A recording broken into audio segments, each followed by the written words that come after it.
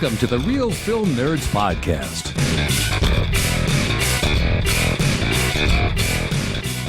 Good day, everyone, and welcome back to another incredible apocalyptic episode of the Real Film Nerds Podcast. My name is Matt, still recording from a bunker underground in an undisclosed location in Tucson, Arizona-ish. And this time I am using the correct microphone instead of the one on my webcam because I screwed up real bad last week. I apologize, everyone. That was my screw up. Can you believe it? Me. I screwed up once. Not Mike. Me. I know. Speaking of my good buddy, Mysterious Mike, there he is. Mike, how is it living in a home with a brand new baby and a wife and you literally cannot go to a bar? It's not ideal. That's his way of saying he's being tortured. He needs a drink, and he needs it now. Stat. Yeah, so I decided to record during the apocalypse since I got nowhere to go. Fair enough.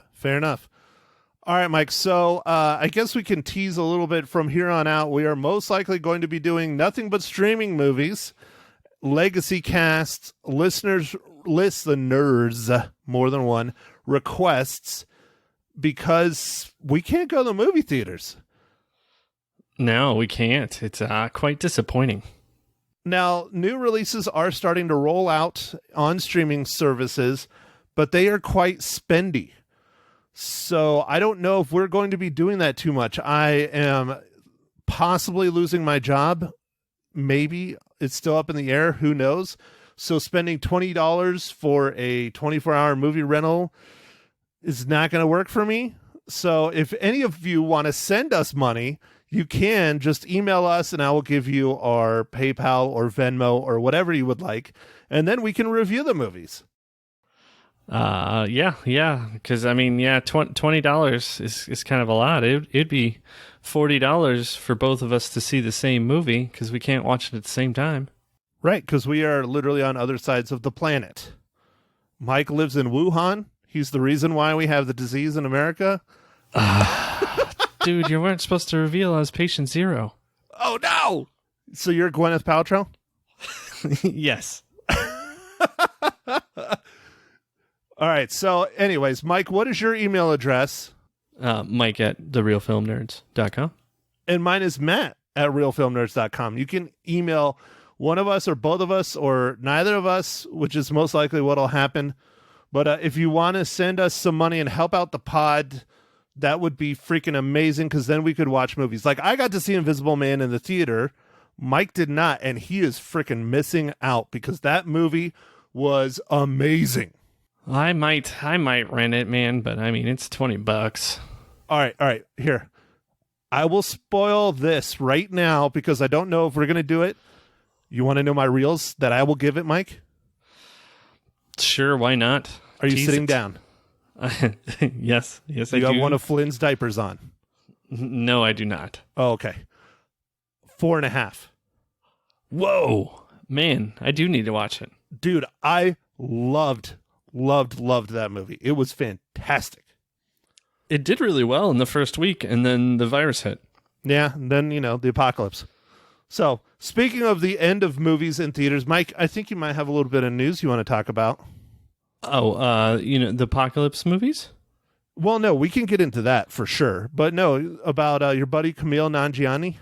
Oh, yes. Yeah, so I just read today that the Kumail Nanjiani and Issa Rae movie Lovebirds was canceled for theatrical release and is going to be streamed directly on Netflix.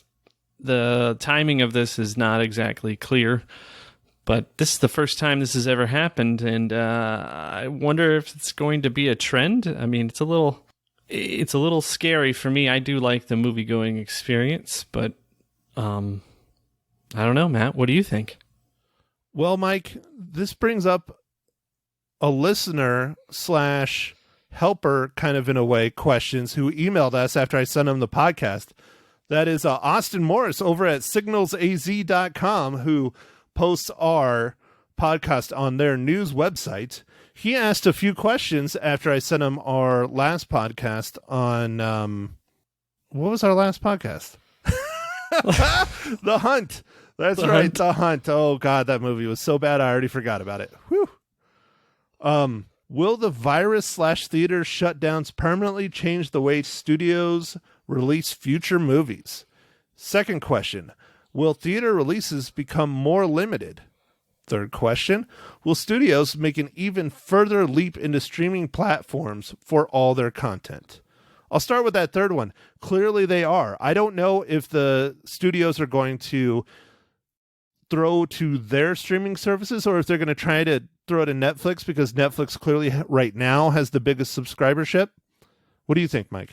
Yeah, well, I think they're going to continue on the, I think they call it video on demand, like the Amazon Prime where you buy or rent the movie, or the iTunes, Apple where you rent the movie, or various other services, Vudu. Google Play. Yeah, there's quite a few of them. All of them, they're doing it on their own right now, and they just have a flat fee of $20, 24-hour rental. Got to, like, once you start it, you have 24 hours to watch it. Something depends. like that. I think it depends on the service, because I've seen some where the instant you hit play, you have 48 hours to watch it. Some I think it's 24, or some it's like you have 24 hours to watch it and you can watch it as many times as you want. I've seen it done a bunch of different ways. I haven't done a whole lot of the rentals because I look at the rental price usually, and then I look at the buy price, and I'm like, it's $3 more. I'm just going to buy it.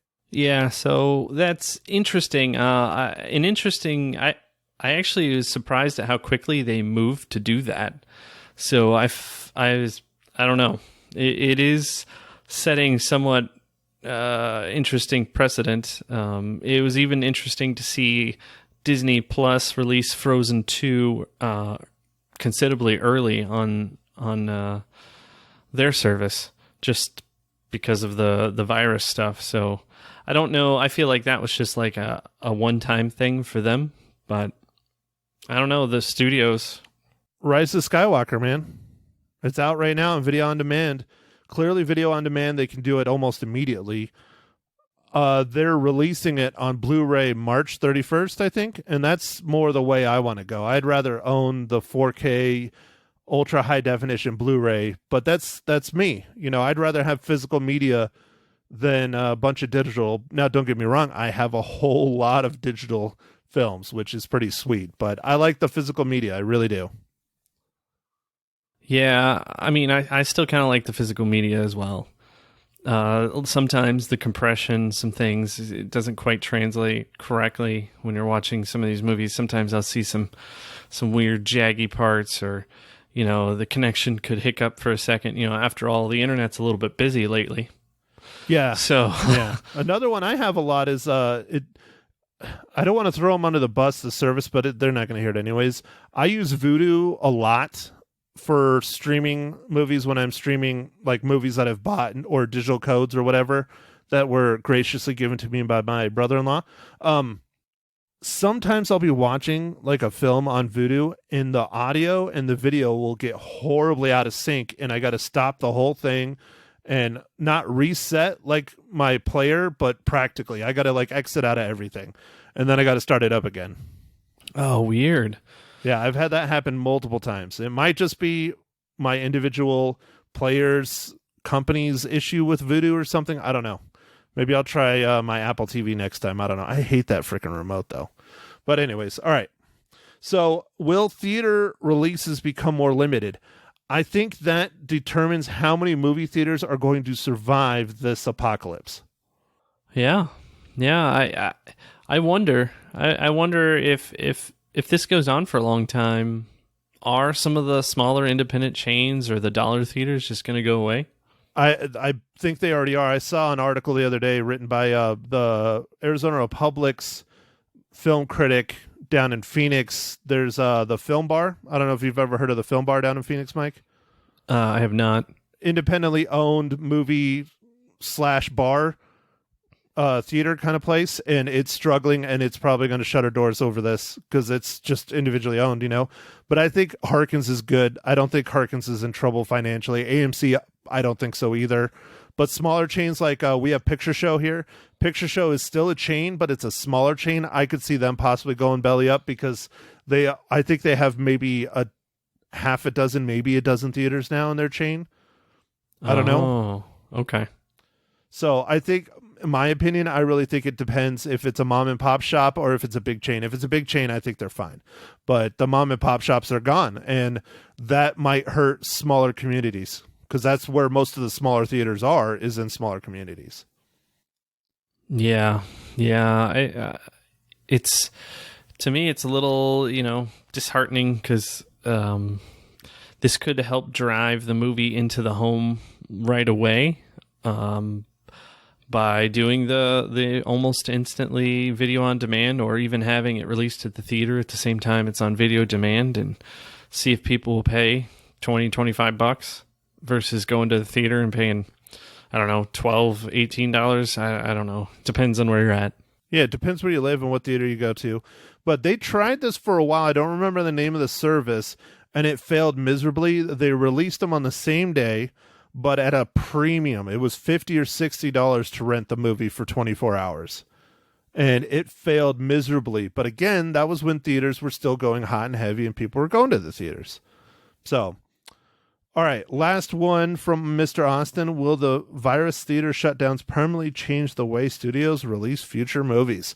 I say yes, and we're already starting to see that. I mean, your example earlier in our little bit of news, the Kumail Nanjiani movie going straight to Netflix, granted we're in the very early stages of all this stuff, but I definitely think this is a change forever. Maybe I'll be a positive guy. You can play devil's advocate. Maybe this will be good for the smaller movies, and the smaller movies will get picked up a lot faster and get put out a lot quicker, and maybe they'll get picked up by the big studios and have bigger budgets. I don't know.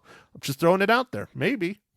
Yeah. It's hard to say, but it might shorten the I think they call them windows, where they release the movie in the theater to where they release it to video on demand to where they release it to like premium channels. They call those like viewing windows.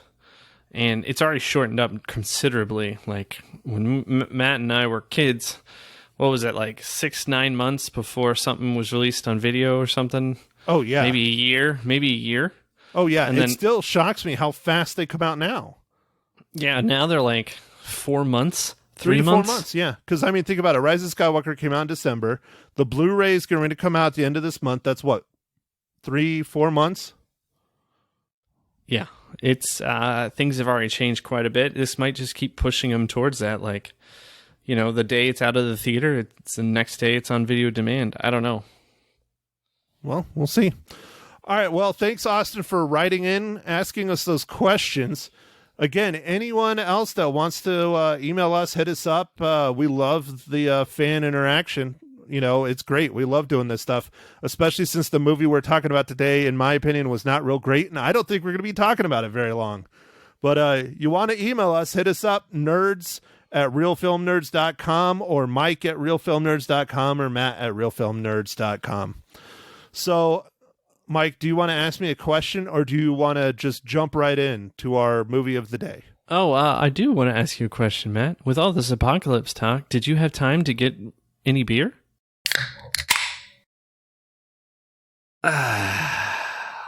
Well, Mike, I've dipped into my hoard, into my stash, and you know me, Mike, even if it's the apocalypse, I like to live the high life. Awesome. So yeah, I'm drinking my cheap, delicious Miller High Life that I found out my girlfriend absolutely hates. She says it is just terrible, and how dare you drink that beer? Yeah, so did you give her the premium stuff, that oldie? No, she's doing Weight Watchers, and so she's pretty much exclusively doing liquor. Oh, yeah, the clear liquors have less calories. Yeah, they have pretty much no calories. It depends what you put them in, but yeah. No, they still have calories. They're just all bad calories. Anyway, we'll continue on. So, Mike, what fancy dancy IPA are you drinking today? Well, I was actually, Mags was at the store, and she graciously saw a buy one get one sale, and so I got Goose Island IPA. Wait, hold on. Your wife was not practicing social distancing, Mike, or whatever the hell they call it? Well, when all the people in our area bought all the food, we have to go to the store often to get what we can of the scraps. Dude, that's a very, very, very, very true statement. Very true. All right, Mike. So today we are talking about a Netflix original starring Marky Mark and the Funky Bunch called Spenser Confidential. Mike, give us the rundown. All right. So like Matt said, this movie was directed by Peter Berg. It's written by Sean O'Keefe. Screenplay was Brian Heldland. Starring Mark Wahlberg, Winston Duke, Alan Arkin, Isaiah Schlesinger? Yeah, I messed that up. Yeah, that sounds good. And this movie is about two Boston police officers are murdered, and an ex-cop, Spenser, teams up with a no-nonsense roommate, Hawk, to take down criminals. All right, Mike, first impressions. I thought it was just mediocre at best. It went through all the motions, but it was extremely predictable. Yeah, dude, I thought it was pretty rough. The script was just ruthless. It was just, why is he trying to be a cop when he used to be a cop? Why was he even in prison? I didn't get it. The action's okay, but it's too far in between. And, one that really caught me off really bad was the soundtrack. Like, the soundtrack was really just awful. It didn't make sense. Yeah, I don't know, for reasons unknown. Maybe Mark Wahlberg's buddies with this guy, but Peter Berg and him have done lots of movies. They did Deepwater Horizon, Patriots Day, Mile 22, which, Matt, we reviewed. It was not good. No, it was not. and Spenser Confidential. So, I don't know, like, as it's gone, like, Mile 22 was probably better than this, so I don't know. Yeah, I'd have to agree. I think Mile 22 was definitely more entertaining than this. The action was definitely better. Alan Arkin was, he was probably one of the better parts of this movie, and he wasn't in it a whole lot. The roommate, played by Winston Duke, was pretty good. I liked him, but it kind of came out of left field, like not real good introduction. It's like, why is he in this house? And they didn't explain like a lot of that. And then you slowly start finding out like, oh, Alan Arkin owns this boxing / MMA gym. And this guy's trying to, be an up and comer. It just kind of throws all this at you. It just constantly throws stuff at you. And it's like, okay, all right. Yeah. It was weird. That stuff was weird. So, Mike, do you think people should waste their time and watch this on Netflix? I'm going to say no. I don't think so. That's what I said this morning on the radio. I said I don't think it's worth your time unless you're really, really bored, because there's so many other really good options out there. We'll be talking about one that we're going to do for next week's podcast, or maybe later on this week's podcast. Depends how bored you and I get, and maybe we'll go back to 2 pods a week. That would be fun, right? Yeah, maybe. But I can't say watch this. It's okay. It's okay at best, and that's sad. It is, because I like Mark Wahlberg a lot. The story was blah, the script was just blah, and the action was too far between. They have one really good action scene. It's at the end. That's about all the redeeming qualities of this movie. Yeah, for sure. All right, Mike, are you ready? Or are you still looking it up? No, I'm ready. All right, Mike. How does Spenser Confidential relate to the Marvel Cinematic Universe?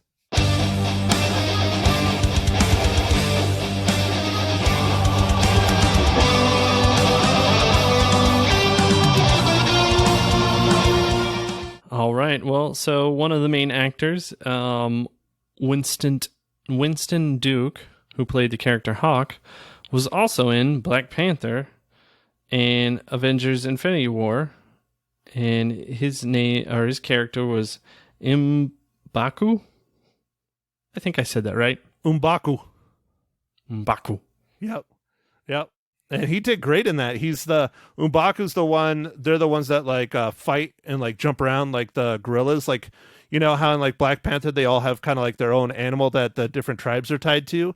Theirs was gorillas, I believe. And that was pretty awesome. It was a lot of fun. I liked it. Yeah. It was fun. Okay, Mike. So spoilers for Spenser Confidential. I don't know. I don't think I need to spoil anything. It's not that great of a movie. It's extremely predictable. I don't know. It's just another Mark Wahlberg movie in Massachusetts. Yeah, again. Yeah. It's like, what? You don't want to leave your house? You just stay in the city you were born in, you know? What's the deal? I think he was born somewhere outside of Boston, but anyway, it doesn't matter. Yeah. Well, okay. I have one that I have to talk about, and it is a spoiler, and it's the very end of the movie when the big semi truck that literally has the split-second scene in it, and there's little hints here and there that he's, you know, I'm going to go to Arizona, and I'm going to learn how to be a truck driver, and you see it for like 2 seconds. He steals that truck, and he plows into everyone, right? Yes. And the truck's name is Black Betty. Yes. And when the badass action scene comes on, do they play the Black Betty song that would have been perfect for that scene? No. Of course not. See, I just don't understand. Like, they played some weird ass song. Like, none of the song choices in this were very good at all. At all. I don't know, man. Maybe it was licensing. Maybe they didn't want to pay for stuff. Yeah, that's probably true. It's a pretty old song, though. There is a character in this movie who really didn't need to be there at all, but he's a famous artist, musical artist. Do you know who that was? Oh God, yeah. And he didn't even Post Malone, right? Yeah. I was like, why is he in this? And it's not like he did a good job. He didn't do a bad job, but it's not like he did. And I don't understand that. Yeah, and of course he doesn't have his name as Post Malone. What's his? Do you remember what it was in the credits? No, I didn't watch. It was he didn't have like Post Malone. It's Post Malone on IMDb, but it was something. It was Malone something. It was like Ron Malone or I don't know. I don't remember. Austin Post. There we go. That's what it was. He went by Austin Post in the credits. Oh, so that's actually his real name. Yeah. He known professionally as Post Malone. Right. And then Mark Maron. I love Mark Maron. I think Mark Maron is amazing. He's a great comedian, and he was underutilized in this, almost as bad as he was underutilized in Joker. Yeah, he wasn't used at all, really. No, not hardly at all. But hey, I like that Mark Maron's getting work though. That's cool. You know, he's a cool dude. I like him a lot. He's a good comedian. So, all right, Mike, you ready for your reels? Yeah, I think so. Are you still tabulating? Are you still counting on your fingers? That's why we only do fives, but we have halves. So when there's like a half, do you like fold your finger in half, or do you like cut it off? Yeah. I like fold it. Fold it? Yeah. Okay, you don't cut it. All right, good. You know, it'd be weird. All right, Mike, how many reels do you give Spenser Confidential? All right, I'm going to give Spenser Confidential 2 reels. Wow. I almost gave it 2 reels, Mike. Initially, I gave it 2 reels, and then I messed up, and this morning I gave it 2.5 on the radio, so I had to adjust it. So I'm sticking with 2.5 now. 2.5. Nice. So, anywho. All right, so you want to talk a little bit about the fun, cool movie we're going to do for our next pod? We're going to try and lighten the mood a little bit. Yeah, I think we're gonna watch a whodunit. We're going to watch one of, I think it's a classic. It is. The Clue. We're going to watch The Clue off of, it's streaming right now on Amazon Prime. Yeah, watch it with us. It is Clue from 1985. It is an hour and 34 minutes. It is a comedy crime mystery.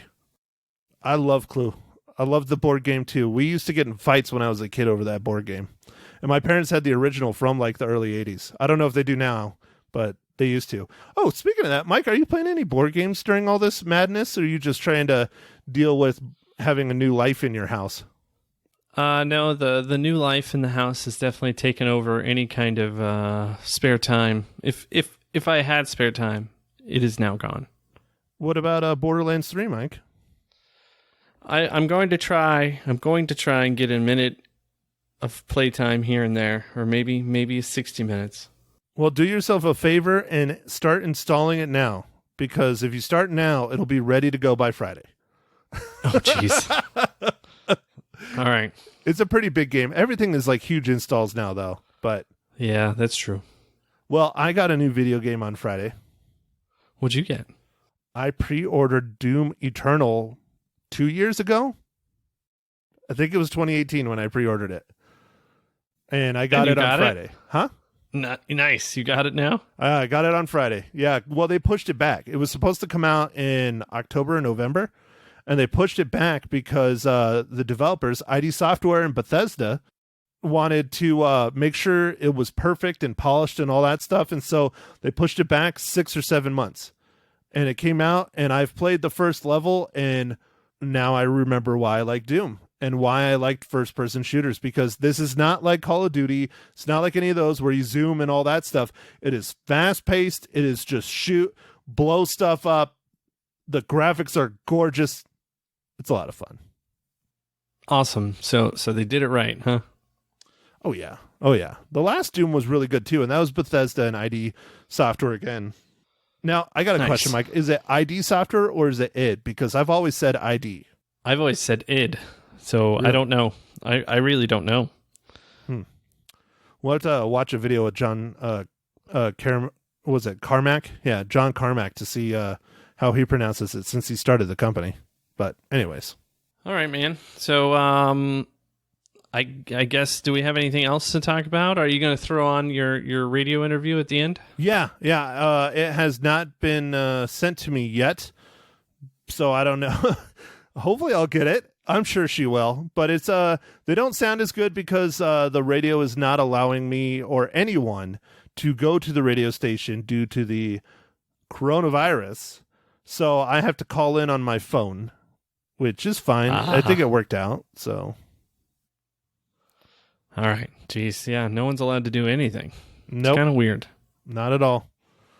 Best part is I don't need to shower anymore. It's true. You don't even, probably don't even need to put on clothes anymore. I got a sweater on just because we're doing this through Skype, but I'm not wearing pants. Awesome. Bottomless party. Ain't nothing better than a pantsless party, because a pantless party don't stop. Right, Mike? It's true. It's true. Well, all right. I don't know. I could sit here and ramble about all kinds of shit, but I won't. So, yeah. I think I'm done. All right, man. Well, with that, I'll take us out of here.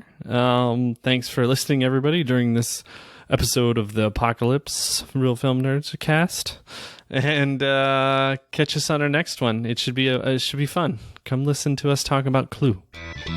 Thank you for listening to The Real Film Nerds. Now, don't forget to follow us on Facebook, Twitter, and Instagram at Real Film Nerds. Now, go out and catch a movie.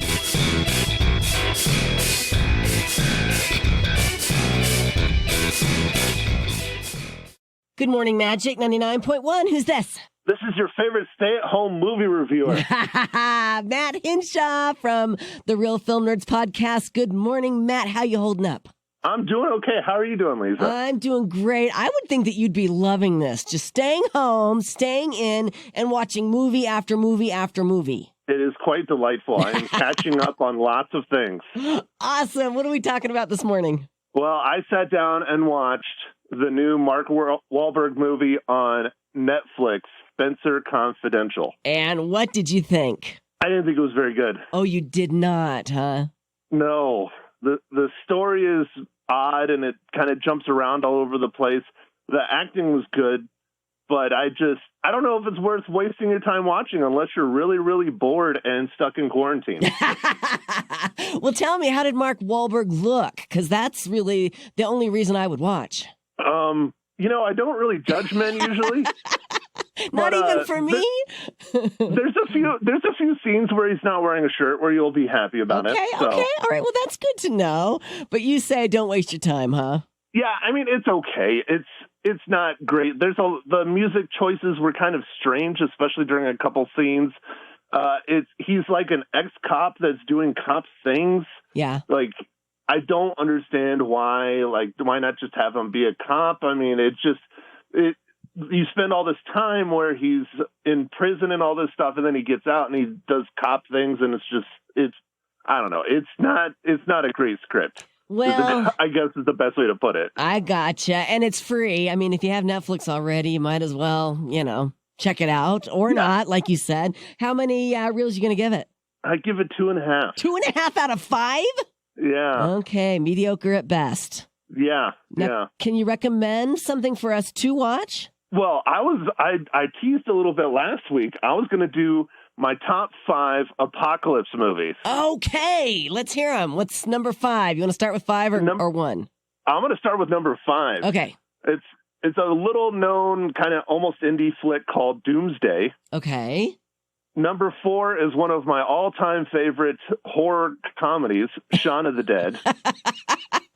I love that movie. I don't know anything about any of these movies. Okay, number 3? Oh, terrible, Lisa. Terrible. I How know. dare you? I'm so disappointing. This next one you might know, though. It stars Bruce Willis, Brad Pitt when he was very young. It's called 12 Monkeys. Oh, okay. I've heard of it. I haven't watched it, but you say watch it, huh? I love that movie, yes. Okay. Next 12 one, Monkeys. next one is a Denzel Washington film. I really, really, really enjoyed this film. It's called Book of Eli. Book of Eli. I think I saw that one. Yeah, it's where he's wandering like kind of through a barren wasteland, and I don't want to spoil it, but he's wandering through a barren wasteland trying to find a certain place and go somewhere, and Mila Kunis is in it, and it's really fun. Okay, very good. And the number 1 movie you recommend is? I love the Mad Max series, all 4 of the films. Yes. I love Mad Max. And you've got plenty of time to watch them all, right? Right. I have a hard time picking one over the other, even up to Fury Road, the modern one, which was really, really good. I love the Mad Max series. Okay, very good. Matt, thank you so much for calling in this morning. You stay well, my friend. Thanks, Lisa. You do the same. All right, I'll talk to you next week. Yep. Bye. Bye-bye.